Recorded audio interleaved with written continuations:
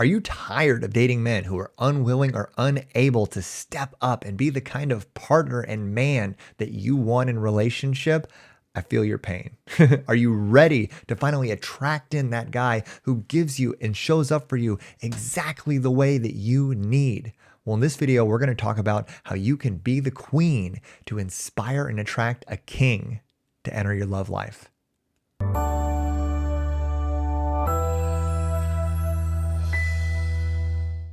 Hi there, Matt Shaffer, your empowerment, connection, and relationship coach. I'm a former attorney who's committed his life to supporting women like you in creating the sort of fun, fulfilling, dynamic relationships and connections with men that you are so worthy of. And this is going to be a really fun topic today, how to be the queen to inspire and activate a king to enter your life. And we're going to dive into it in just a second. But before we do, take a second, hit that little subscribe button, and don't forget to click that link in the comments and caption. I have created a great training that I know is really going to help you in your relationships and connections with men. So before we unpack what a king is and how you can draw one into your life, let's talk about the court jesters. Let's talk about all the other types of men that you no longer want to have in your court. Let's go down the list of usual suspects. We got your players, right? The men who use sex as a commodity and are always trying to say exactly what you want to hear so they can get you into bed. And then you have the narcissists, men that are so wounded and so self-loathing that they actually abuse women emotionally to get attention and love to fill the void within them. And then you have emotionally avoidant men, men that only want a situationship, right? Men that keep you at arm's distance and maybe they'll allow you in a little bit, but if you try to get too close, they're going to pull away. And of course, you have your hyper-controlling men, men that want to micromanage every aspect of your life, and that may be based in trauma or insecurity or one of a million other reasons. And this is just 4 examples of the endless assortment of men who, bottom line, are unwilling or unable to be the kind of man that you want and that can make you happy and fulfilled in relationships. So first and foremost, we get to declare that we are no longer going to entertain the attention or energy of these men. Are you with me? Because one of the biggest steps in getting what we do want in relationship is recognizing what we don't want and what we're no longer going to settle for. Because once we do that, we have created a space for what we do want and what we are truly worthy of, a king. First off, a king is standing deeply in his masculine power, and he recognizes consciously or intuitively his identity as a man and the way to show up as a man in relationships. So he understands that he gets to be the driving force in the relational container. He gets to create safety for you and be that grounding force for you in relationship. He knows how to hold space for you in a powerful way and allow you to be emotional and expressive and vulnerable and celebrate that about you. He's in ownership of his identity and purpose in the world, and he's actively pursuing that on a regular basis. And this is an important one. He knows what he wants in relationship and expresses it directly to you. He's not playing games. He's not being elusive or evasive or manipulative in the way that he's communicating his wants or desires in relationship. He's owning it. He respects and honors your feelings, your wants, and your needs. He's not dismissive or mocking of any of it, even if it's something that he may not understand or fully agree with. And at the end of the day, he's your partner, your lover, and your friend. Is that the kind of man that you want to be in a relationship with? Of course it is, right? But here's the thing.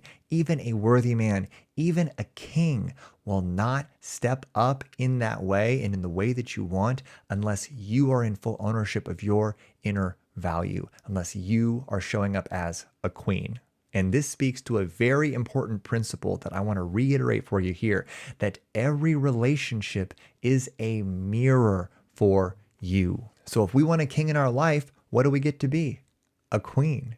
Because otherwise, a king isn't going to want to hold court with you. So let's look at 4 powerful ways that you can show up and be that queen to activate and draw in a king. So the first key is a queen knows her value and she unapologetically embodies it. So, what would this look like for you, right? Well, first off, it means that you get to be consciously connected with all of the value that you bring into relationship and that you bring into the room. What are your gifts? What are your talents? What beauty do you possess? And who are you at your deepest level, right? You get to be in full ownership of all of the brilliance of who you are. And that really means doing some inner work first and acknowledging and identifying that for yourself. And then every time you go out in the world, every time you go out on a date, you are owning that. Because I can say as a high value man, as a man who's constantly looking at and, interpreting the people and especially the women that I'm engaging and interacting with,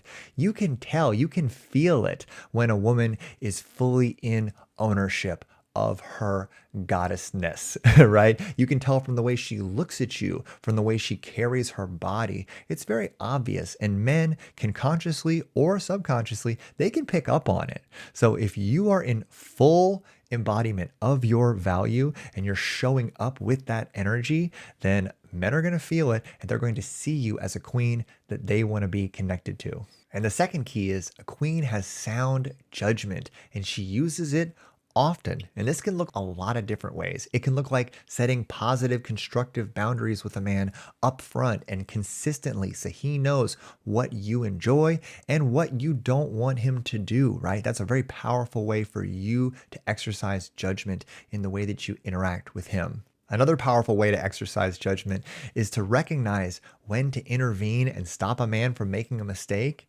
and when to honor his discretion and allow him to make a mistake and learn from it. So this might come up in the planning of a date, right? Where if a man really wants to plan a date for you and he's picking a route to go on a trip, and that route isn't necessarily the fastest route or the best route, but it's the one that he wants to take, it might be better for you, instead of correcting him and saying, but wouldn't it be faster for us to go on this trip and then on that way, for you to just allow him to pick the route, allow him to be in the driver's seat and just have it be a little bit of a longer drive. Because if you're always correcting a man, then you are emasculating him. You're making him feel wrong. And obviously, if it's going to be a huge deal and it's going to create a massive inconvenience, then intervene, right? But a good queen, in her discretion and in her sound judgment, will honor a man's right to sometimes take the lead and make a mistake. And a third, and maybe the most important way to exercise regal judgment, is to always choose response over reaction. And this is such an important distinction and such a powerful opportunity for you to show up as a queen, because with every situation that you experience, both in relationship and just out in the world, you always have two choices. You can choose to react, which basically means that you give your power to whatever feelings or emotions are coming up for you in reaction to that situation. So say a man says something that triggers you or that you don't like or that aggravates you. To be reactive to that would be to take that frustration or that anger or that hurt that you feel and immediately throw it back at him by yelling at him or saying a barbed comment, right? Or maybe shutting down and freezing him out. That would be a reactive way of dealing with it. And the other option you always have available is to choose to respond to the situation, right? And so when we are responding to a situation, we are making a conscious choice. We are choosing our behavior and the way that we are responding to the situation based upon an intention that we are setting. So say, for example, a man does something that triggers you or that aggravates you or brings up some feelings for you, right? Instead of being reactive, you can choose a response that you say to him grounded in your intention to have a loving, vulnerable relationship. So that response might be for you to vulnerably share with him in a calm, grounded way how you're feeling, how his behavior may have impacted the way that you feel. So you could use a feedback process, or you could simply, if a lot of feelings are coming up and you don't think it would be healthy for you to have a conversation about it in the moment, you could say, hey, I'm feeling a little triggered right now. I'm going to go home and I'm going to go work through this trigger. And let's just talk about this tomorrow. Sound good? And when you choose response over reaction, what you're doing is you're actually deepening your connection to a man and you're diffusing any potential conflict before it starts. Because when you're reactive to him, you're actually encouraging him to be reactive back to you, which creates an escalation in conflict that rarely benefits relationship. And it definitely doesn't reflect the relationship of a king and a queen. Now, the third key is that a queen stands for her man's greatness because she truly believes in him. I cannot tell you how important this is to inviting and evoking and inspiring a man to step into his kingly nature and want to share it with you. And one powerful way to stand for a man's greatness is to be willing and have the courage to give him feedback.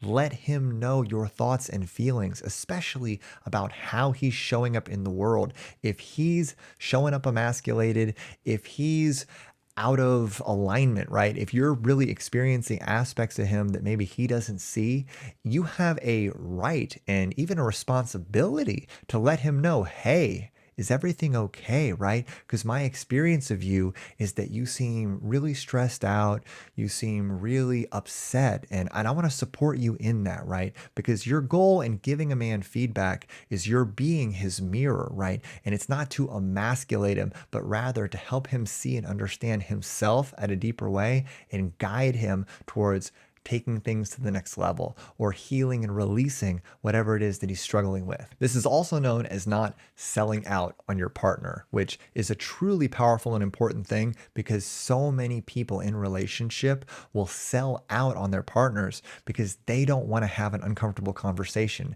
They don't want to call their partner out on what's not working for them in a relationship, right? But truly, I can tell you from personal experience, some of the greatest growth that I have had in relationship has been when my partner has basically told me what they see in me that's not working. And they've told me how I'm not showing up with the greatness that they see possible for me. Sometimes it can be so inspiring and evoking for a man, for a woman to look him in the eyes and say, I just see so much power. I see so much greatness in you, and I want to help you get there. Because something is holding you back. Something is stopping you from getting there. So what is it? What's coming up for you right now? What's bothering you? And how can I support you in getting through it? And another super important way that a queen can stand for her king's greatness is to love him fiercely and unconditionally. And I emphasize unconditionally because so often men put this pressure on themselves that in order to earn the right to be loved by their partners, that they need to be perfect, right? That they need to be this knight in shining armor,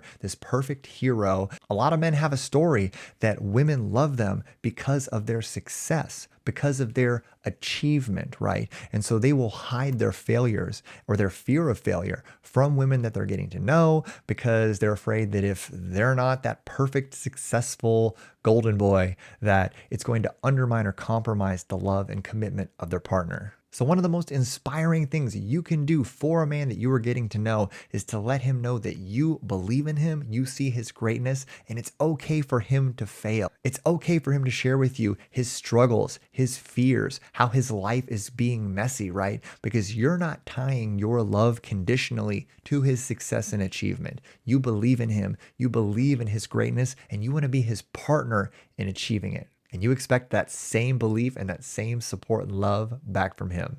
And the fourth key is a queen regularly holds and deeply appreciates her own court, meaning that you have a deep, vibrant, loving circle of friends and family that you connect with. You have an active and vibrant social life, right? And sometimes your king is involved and sometimes he's not, right? He doesn't always have to be a part of every plan you make. This is very activating and adds a ton of value. A man really wants to see and feel that your happiness is not his responsibility, that he is not the sole person to provide you with a social calendar, right? So if he can see that you have your own court and that you love to hold it, and sometimes he gets to be a part of it and other times he doesn't, then he's going to recognize you as the royalty that you are and treat you accordingly. So those are 4 keys to get you started on what it is to be a queen out in the world and in relationships with men. I want you to get really practical and look at how you can apply them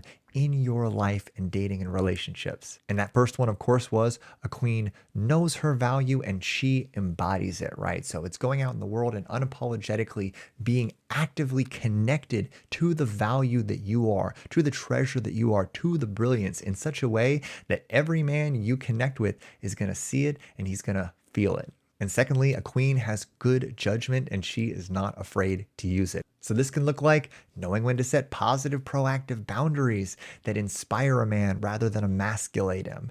This can be knowing when to let a man make a mistake and knowing when to intervene. And most importantly, this is really knowing how to respond rather than react to situations and experiences, especially the ones that are triggering or challenging. And a queen stands for her king's greatness and supports him and loves him unconditionally. So a man really needs to feel that you are in his corner no matter what, that your love isn't predicated on his success or on his achievement. And he knows he can trust you to give him feedback and be his mirror and let him know if he's not showing up in the greatness that you see in him. And lastly, of course, a queen holds and appreciates and celebrates her own court. Her friends and family, her life, her plans, they are all happening autonomous and independent of her relationship with this man. So get out there and unapologetically own your royal power so you can inspire and invite in a king who is a truly worthy partner for you. But before you do, if you love this video, take a second, hit that little subscribe button, and don't forget to click that link in the comments and caption. I have created a great training that I know is really going to help you in your connections and relationships with men. See you on my next video. Bye-bye.